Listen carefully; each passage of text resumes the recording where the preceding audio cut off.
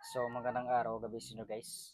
For today's video guys is tuturuan ko kayo paano mag-solve ng two-phase voltage drop.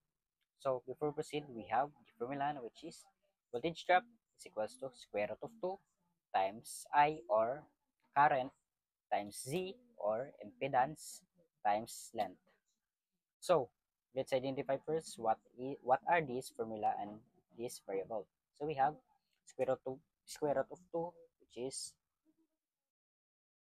if gagamit po yung ng calculator and i-compute nyo po yan, so square root of 2, ilagay nyo sa calculator, ang lalabas is 1.414.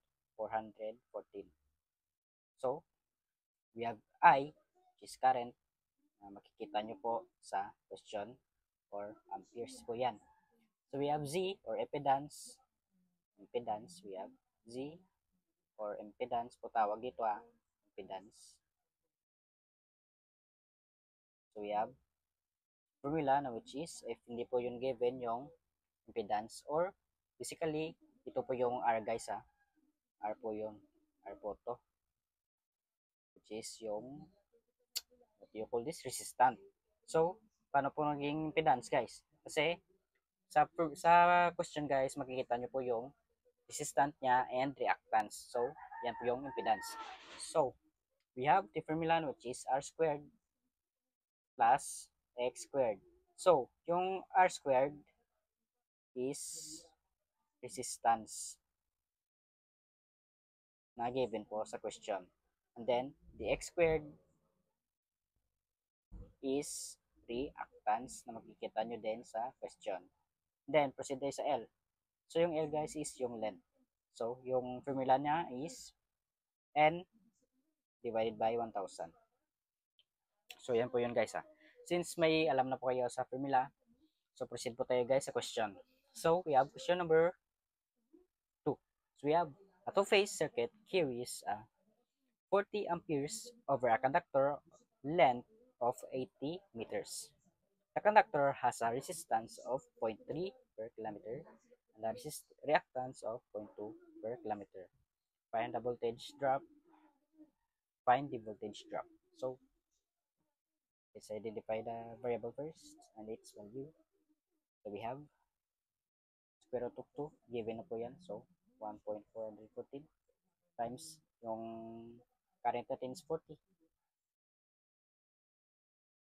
And then, we have copy natin yung Z muna.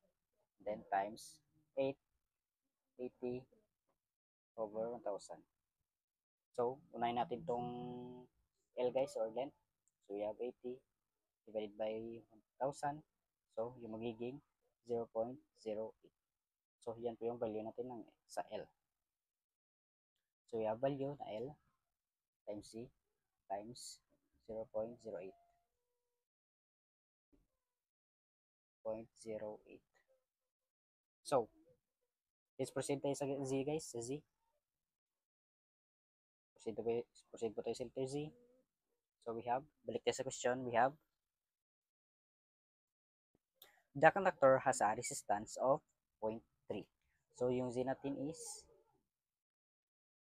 meron pa tayong formula na R squared plus X squared. So, proceed tayo. Square root. Yung R squared natin guys is yung resistance. So, sa question, meron pa tayong 0.3 per kilometer. So, 0.3 squared plus yung X squared is reactance. So, we have sa question 0.2 squared. So, calculate natin using calculator guys. I-add natin to. I-simplify natin itong dalawa. Saka i-add po natin. So, let's do this. So, we have 0.3 squared. 0.3 squared. So, we have 0.09. 0.09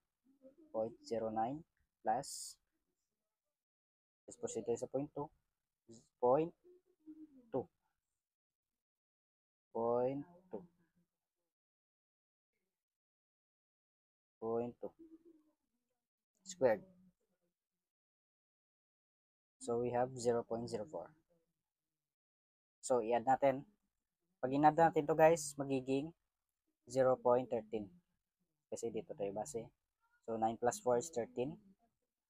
So, 0.13. So, square root natin. Yung value niya is square root 0.13.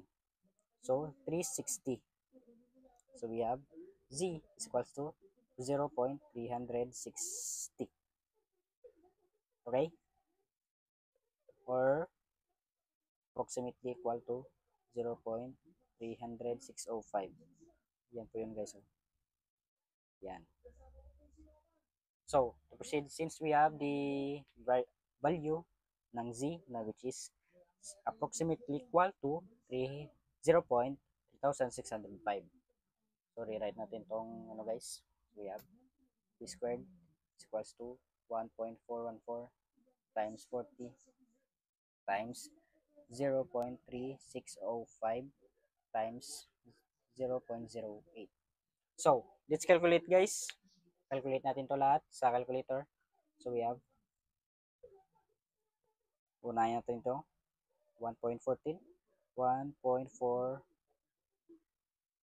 414 times 40 times 3605 or point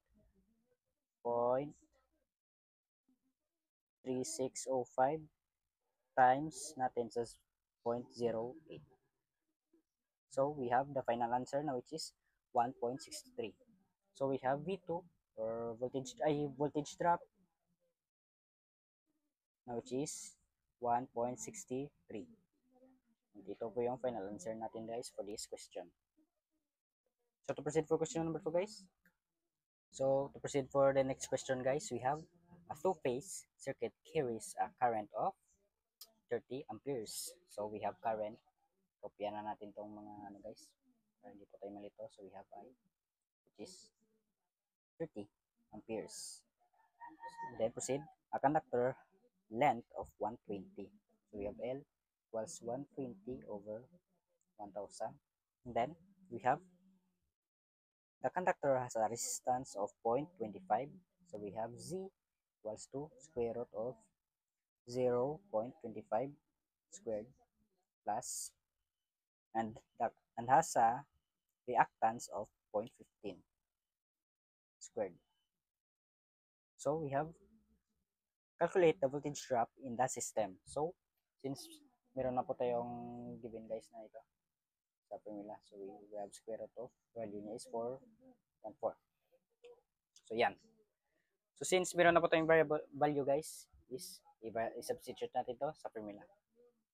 So erase ko muna to guys ha. Erase ko muna. V drop is equals to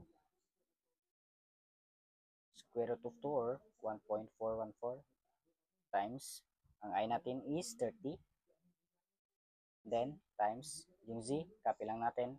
So and then we have, yung length natin is 120 over 1000.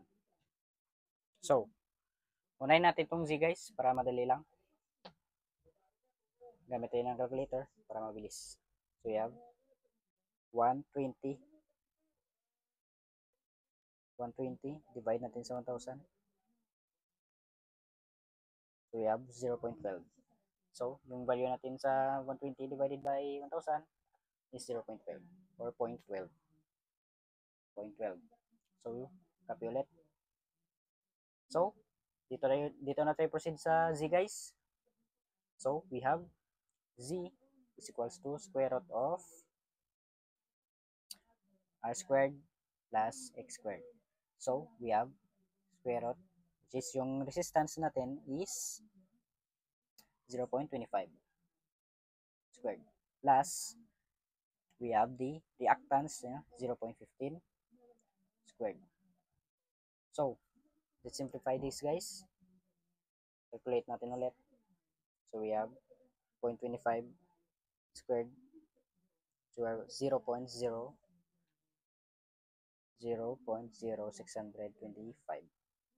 plus proceed tayo sa 15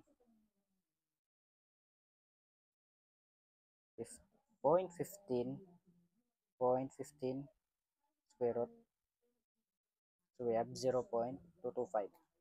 0.200 0.0225. So, add natin. Add natin to guys. Add natin. We have 0.625 plus 0.0225.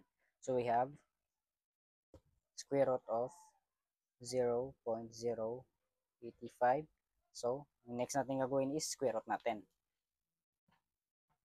Square root natin. So we have square root of 0.085. So we have the final answer na, which is 0.2915. 0.2915 or approximately equals to guys. So yan po yung value ng z natin. So alis ko na to guys. Proceed tayo. Equals 1.414 times 30 times ito, copy natin to, 0.2915 times 12. So, calculate natin to guys lahat. So, we have 1.414